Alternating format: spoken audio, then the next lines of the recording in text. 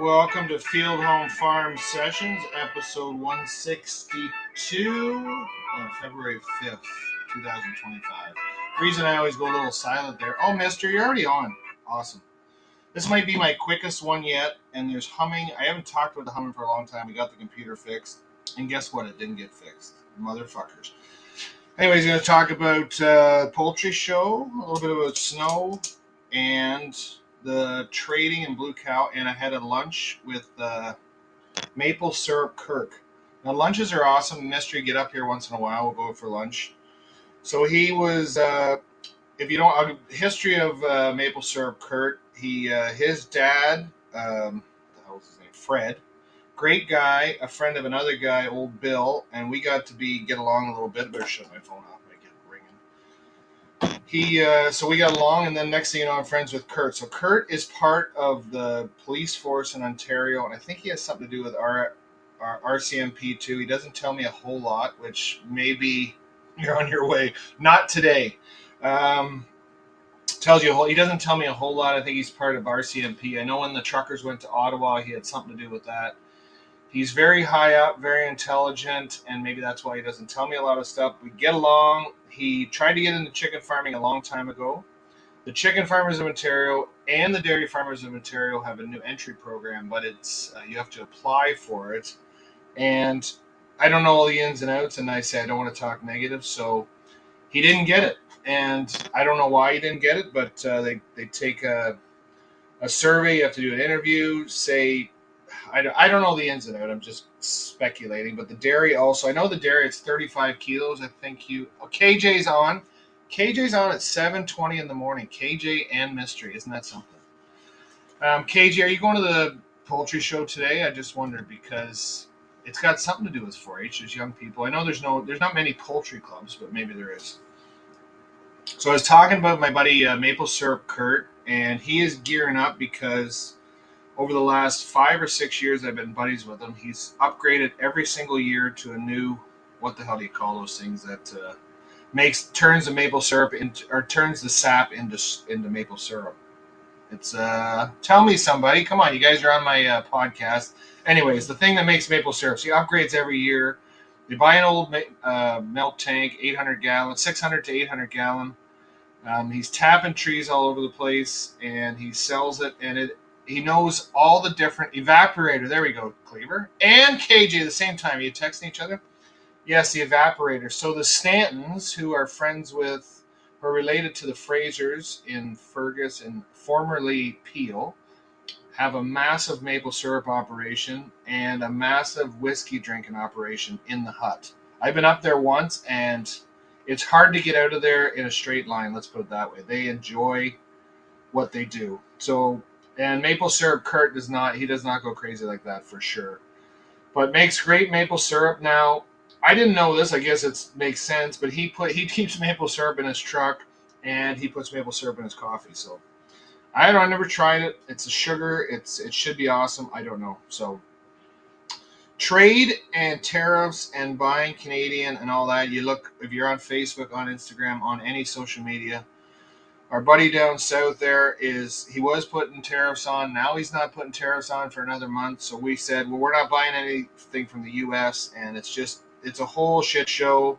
And you should look for the Blue Cow, which is 100% Canadian on your products.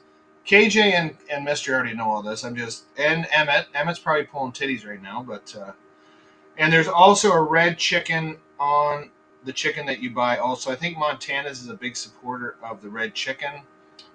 St. Louis, I was in there the last couple of days, and I don't think they do as much, but they could have it. I think you have to pay to have it on your product. I know when I was with Gay Lee, you had to pay.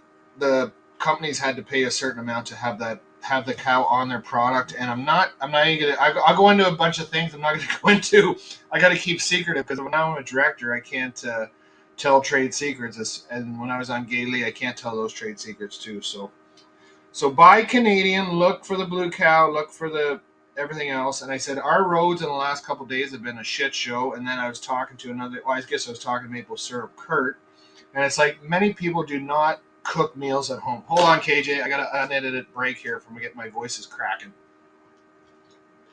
You guys are probably sitting there having coffee. So we were talking like nobody cooks meals at home anymore. Nobody plans for the week ahead. I think when I was a kid, my mom bought groceries once a week and then made a lot of stuff at home, jarred some stuff. I said, every food is readily available all the time. People are making meals that day, that night. So the reason I'm saying this is our roads are so fucking busy all the time because people always have to go out. So the last couple of days, I think there was like 7 accidents yesterday up one of our main roads because it was black ice. We had snow all yesterday, snow today. Well, it's not snowing right this second, but got to get the snow plowed out, and I got to get everything ready for the poultry show. My wife's going to be there. We're going to go to the chicken lunch, chicken night. Kids in snow. I made a massive fucking snow pile for my kids.